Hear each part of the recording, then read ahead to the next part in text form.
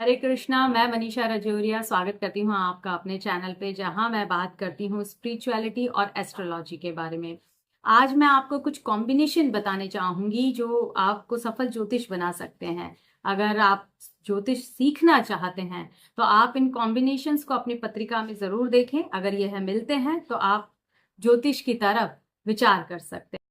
And में मैं आपसे बहुत अच्छे एस्ट्रोलॉजर्स की पत्रिकाएं शेयर भी करूंगी, जिन्हें हम एग्जाम्पल के तौर पर देख सकेंगे। देखिए, कर्म के कारक होते हैं शनिदेव। तो शनिदेव किस तरह के कर्म कराएंगे आपसे, जो केतु के अंडर आते हैं, जैसे कि रिसर्च हुआ, ऑकल्ट हुआ, स्पिरिचुअलिटी हुआ। यानी कि शनि और केतु का संबंध बनना आवश्यक है। फिर चाहे वह दृष्टि से बन रहा हो, शनि की राशि में केतु पड़े हुए हों, या फिर इनका कंजंक्शन हो रहा हो, नक्षत्र का संबंध बन रहा हो, किसी भी तरह से इनका संबंध बन रहा हो शनि और केतु का। अब चूंकि यह काम बहुत लंबा है, रिसर्च का काम है, आपको बहुत डीप डाइव करना पड़ता है इसके लिए।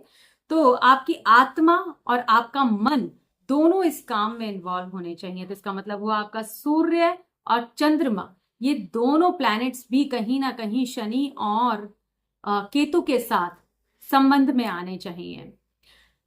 यह तो बात हुई आपके इन चारों प्लैनेट्स की। अगर यह कहीं एक दूसरे से संबंध बना रहे होंगे तो आपको ज्योतिष तो पढ़वा देंगे, लेकिन जब आप प्रिडिक्ट करेंगे तो आप जब बोलें तो आपकी बात सिद्ध भी हो, उसके लिए सेकंड हाउस का संबंध जुपिटर के साथ होना बहुत आवश्यक है। फिर चाहे वह दृष्टि का संबंध हो जाए या राशि जुपिटर की सेकंड हाउस में हो, यह भी हो सकता है। नक्षत्र का संबंध हो जाए, कंजंक्शन का कहीं किसी प्लैनेट का जुपिटर के साथ और सेकंड हाउस के अंदर है, वह भी हुआ तो भी आपको वाक सिद्धि मिल सकती है। देखिए, जुपिटर की जो दृष्टि है, 5वीं और 9वीं दृष्टि, ये दोनों दृष्टियां बहुत शुभ मानी जाती हैं। मतलब 7वीं दृष्टि से भी ज्यादा शुभ मानी जाती हैं 5वीं और 9वीं दृष्टि जुपिटर की।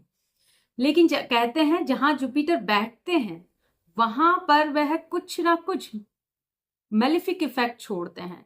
क्योंकि जुपिटर को अगर समझना है तो दिए तले अंधेरा कहकर इसे एग्जाम्पल देकर समझा जा सकता है। जैसे दिया चारों तरफ उजाला कर देता है लेकिन खुद के नीचे अंधेरा रखता है, तो जुपिटर जिस घर में बैठे होते हैं वहां पर कुछ ना कुछ हल्का सा मेलिफिक इफेक्ट छोड़ेंगे जरूर।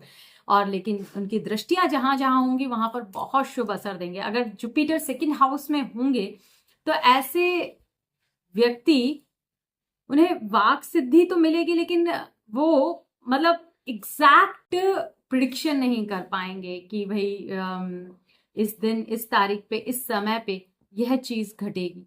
तो एग्जैक्ट प्रिडिक्शन के लिए जुपिटर की दृष्टि का सेकंड हाउस पर होना बहुत जरूरी है। जैसा कि हम जानते हैं कि जुपिटर को दृष्टियां प्राप्त है 5वीं, 7वीं और 9वीं, और सैटर्न को दृष्टि प्राप्त है 3री, 7वीं और 10वीं। एग्जाम्पल के लिए सबसे पहले हम देखेंगे के.एन. राव साहब की पत्रिका को, जो कि आपको स्क्रीन पर डिस्प्ले हो रही है। यहां पर देखिए, शनि तीसरे घर में बैठकर अपनी 10वीं दृष्टि दे रहे हैं केतु और सन को। चंद्रमा यानी कि मून बैठे हैं शनि की, सैटर्न की उच्च की राशि में। जुपिटर अपनी 5वीं दृष्टि दे रहे हैं सेकंड हाउस को। जो क्राइटेरिया मैंने अभी तक आपको बताया एक अच्छे ज्योतिष बनने का, वह सभी के.एन. राव साहब की पत्रिका में हमें दिखाई दे रहा है। इसी तरह हम दूसरा एग्जाम्पल लेते हैं कृष्णमूर्ति साहब का।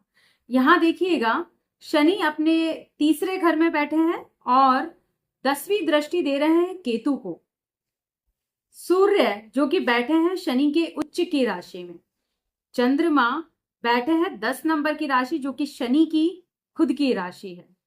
जुपिटर 8वें घर में बैठकर अपनी 7वीं दृष्टि दे रहे हैं सेकंड हाउस को। यानी कि कृष्णमूर्ति साहब की पत्रिका में भी ये सभी क्राइटेरिया, सैटर्न, केतु, जुपिटर, सन, मून, इनका जो कंजंक्शन जो मैंने बताया, सैटर्न, केतु, सन, मून, इनका कहीं ना कहीं एक दूसरे से जुड़ाव और जुपिटर की दृष्टि या संबंध दूसरे घर से होना, यह भी कृष्णमूर्ति साहब की पत्रिका में लागू हो रहा है। अगला एग्जाम्पल मैं लूंगी बी.वी. रमन साहब का। इनकी पत्रिका में आप देखिए, शनि चंद्रमा के साथ कंजंक्ट है, साथ में शनि के त्रिकोण में बैठे हैं केतु, यानी कि शनि से 5वें घर में बैठे हैं केतु।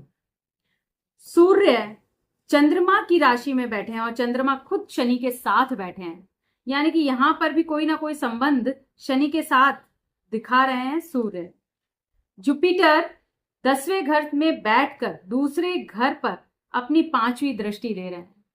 तो सैटर्न, केतु, सन, मून, इनका संबंध और जुपिटर का संबंध द्वितीय सेकंड हाउस से होना, यह जो हमने क्राइटेरिया बताया वह भी बी.वी. रमन साहब की पत्रिका में फॉलो हो रहा है। अगर यह आप कॉम्बिनेशंस आपकी पत्रिका में भी हैं तो आपको निश्चित तौर पर ज्योतिष की लाइन में आना चाहिए। Thank you very much. Hare Krishna. अगर आपको वीडियो पसंद आया हो तो चैनल को सब्सक्राइब करें, वीडियो को लाइक करें और शेयर करें। Thank you very much.